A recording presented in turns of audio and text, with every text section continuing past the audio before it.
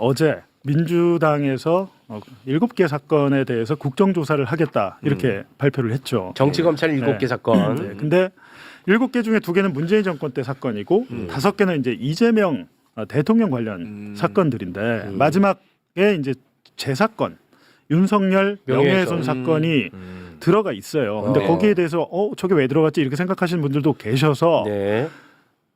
저는 기본적으로 12.3 내란을 일으킨 틀을 이렇게 좀 통시적으로 한 2년 동안 어떤 일이 있었는지 이 타임라인을 그려보면 나오더라고요. 저는. 그래요? 나와서 제 나름대로 이제 정리를 한번 해봤는데요. 오. 네.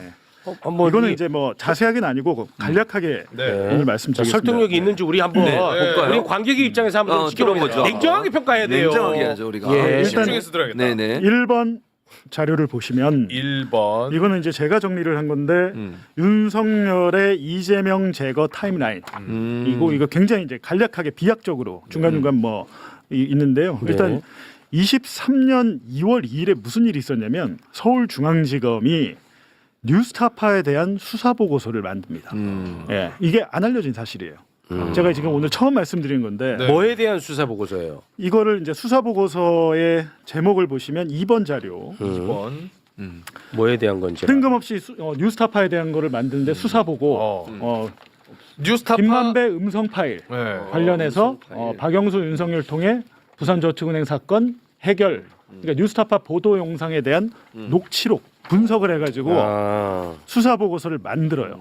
대장동 부실 수사 관련해서 그러니까 여러분 그렇구나. 아시겠지만 2012년 3월 6일에 그러니까 대선 3일 전에 뉴스타파가 네. 김만배와 신앙님이 만나서 대화한 녹취록 녹음 파일을 보도하잖아요. 그렇습니다. 보도를 했는데 뜬금없이 이거를 왜 만들었나라고 봤더니 8일 후인 2월 10일에 타임라인을 다시 보여주시면 네. 중앙지검이 이재명 민주당 대표를 2번째 불러서 조사를 합니다. 조사를 하는데 대장동 관련이었어요 당시에. 네. 대장동 위례 성남 FC 하나로 묶여갖고 지금 재판하고 있죠. 근데 이거를 조사를 하는데 이때 이재명 대표가 미리 진술서를 써서 낸 다음에 모든 진술을 거부했어요. 진술을 거부했는데 제가 보여드릴게요. 3번 자료 보여주시면 피의자 신문조서. 네. 이건 윤석열 검찰이 만든 겁니다. 제2회 성명 이재명. 그래갖고 2023년 2월 10일에 서울중앙지방검찰청 627호 조사실에서 등등등 해서 저희 김영석 검사 있죠. 네. 김영석 검사 누군지 아시죠? 남욱 변호사한테 내가 너의 배를 갈라서 장기를 적출할 수 있고 환부만 도려낼 수도 있다. 이러면서 거의 반 협박했던 그 검사입니다. 이 검사가 이제 참석한 가운데 이재명 대표를 조사를 했어요. 근데 조사를 하는데 제가 8일 전에 그 수사 보고서 만들었다고 그랬잖아요. 이 수사 보고서의 내용이 여기 질문에 등장합니다. 질문에 등장하는데 7번 자료 한번 보여주시면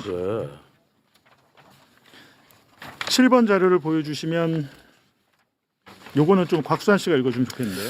피의자는 진술서에서 김만배가 공산당 언급이나 욕설을 했다는 언급을 하였는데 이는 김만배가 2021년 9월 15일 신앙님과 녹취를 한 후 대선 직전인 2022년 3월 6일 뉴스타파를 통하여 보도되었고 당시 대선 후보였던 피의자도 SNS 등을 통해 널리 알려달라고 홍보했던 녹취록 내용을 말하는 건가요?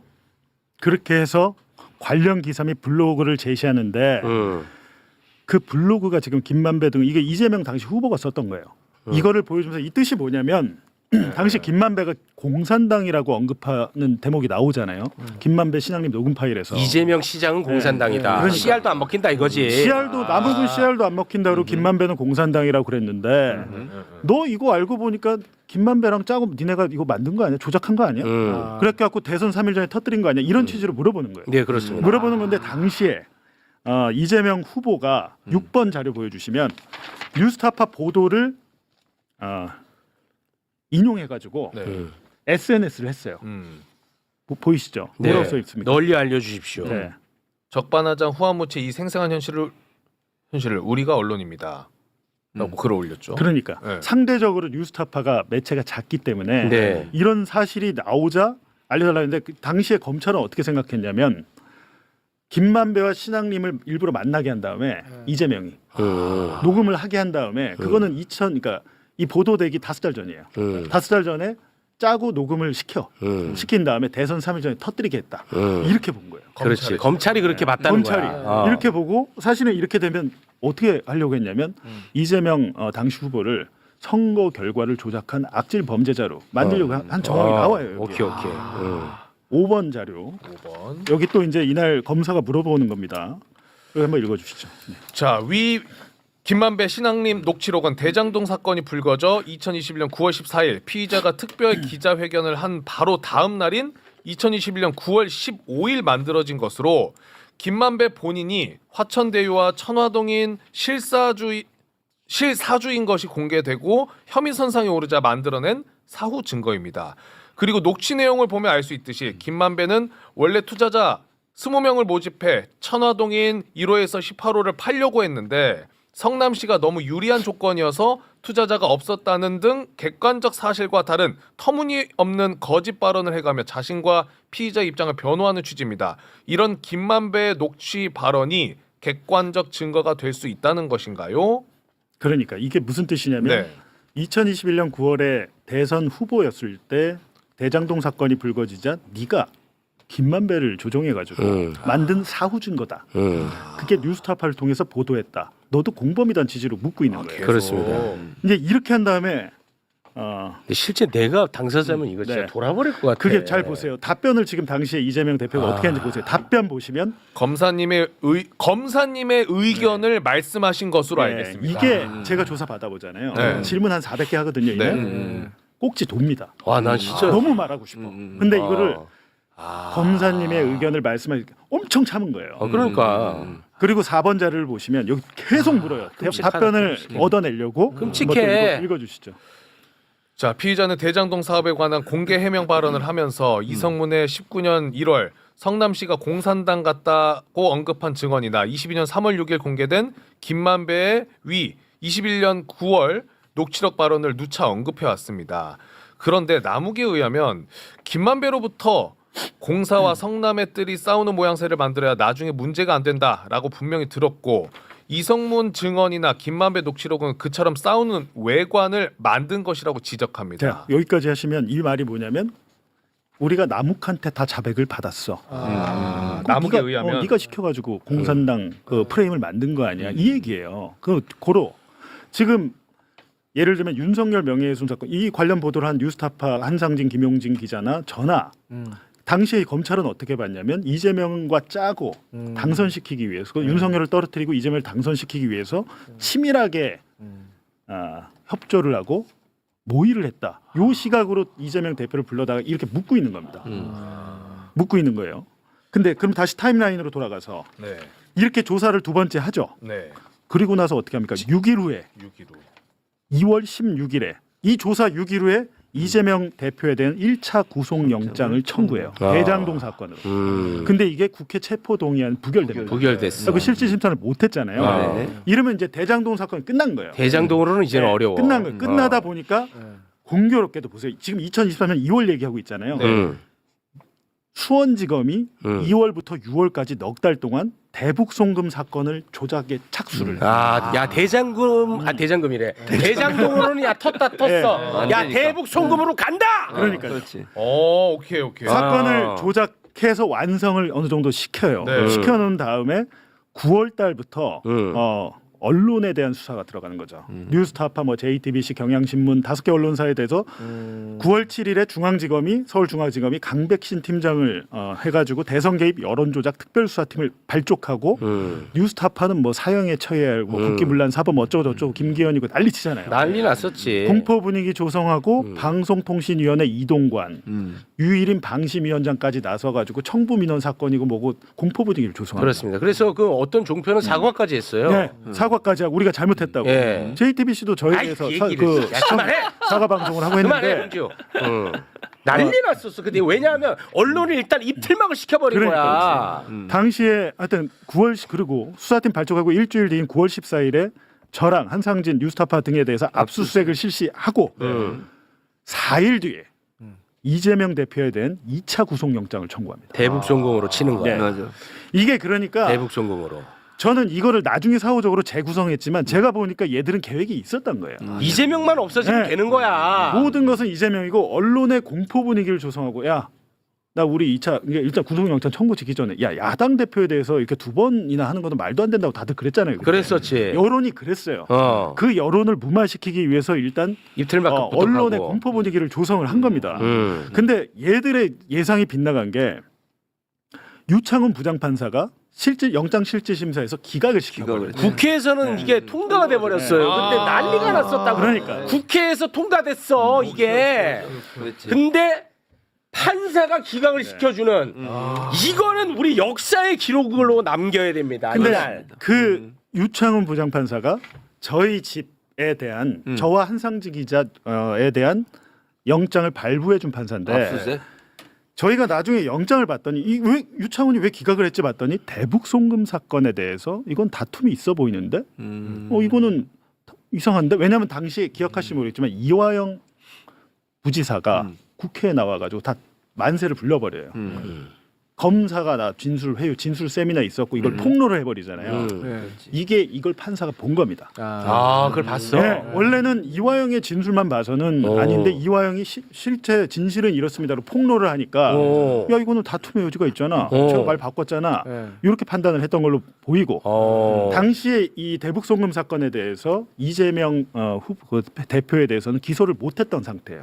왜 이화영이 말을 바꿔가지고 기소를 못했던 상태니까 영장 판사 입장에서는 야 니네 기소도 못한 걸 가지고 지금 구속영장을 청구하겠다고 대장동에다가 대북 송금 플러스 백현동 사건을 붙인 거예요. 백현동 사건도 우리 말 많잖아요. 뭐 식품연구원 부지를 많이 했잖아. 많이 했지. 근데 이런 일련의 사건이 있었고 중요한 것은 이때 유창훈 부장판사 기각을 안 시키고 만약에 구속이 됐잖아요. 그럼 비상계엄은 안 일으켰을 것 같아요. 만약 왜? 그렇게 됐다면. 목표 완수. 자, 이재명을 제거하는 데만 이제 관심이 있었던 겁니다. 근데 두 번째 제거 실패됩니다. 그리고 그다음. 다시 타임라인을 보시면 검찰이 실패하자 윤석열이 검찰을 버립니다. 야 검찰 안 돼. 검찰 안 돼. 이제 군으로 간다. 야. 11월 6일에 여인영, 곽정국, 이진우를 사령관으로 임명합니다. 그래갖고 실제로 내란 특검이 발표한 게 2023년 10월경부터 비상계엄을 마음먹었다고 발표를 했는데 맞아. 앞뒤 맥락을 하나도 없이 발표하니까 우리가 모르잖아요. 검찰을 동원해서 이재명을 제거하려다 실패하자 야 한동훈 이거 안 되겠네. 한동훈 이 새끼만 믿고 있었는데 안 되겠네 해서 사령관들을 자기 측근들로 임명한 다음에 다음 달인 12월 21일에 한동훈을 법무부 장관에서 사퇴시킵니다. 그거는 요거는 난 좀 아닌 것 같아. 이게 나중에 제가 왜 알게 됐냐면 요건 아닌 것 같아. 윤석열의 최측근이 누군지 이름만 말하면 다 아시는 분인데 들어보니까 물론 그분 한 분의 주장이 맞다고 볼 수는 없지만 당시에 윤석열 같은 경우는 이재명 대표랑 영수회담도 하고 어느 정도 얘기를 할 의지가 있었대요. 근데 한동훈이 옆에서 하지 말라. 자기가 처리하겠다. 처리할 수 있다라고 뜯어 말려가지고 못했다고. 이건 최측근입니다.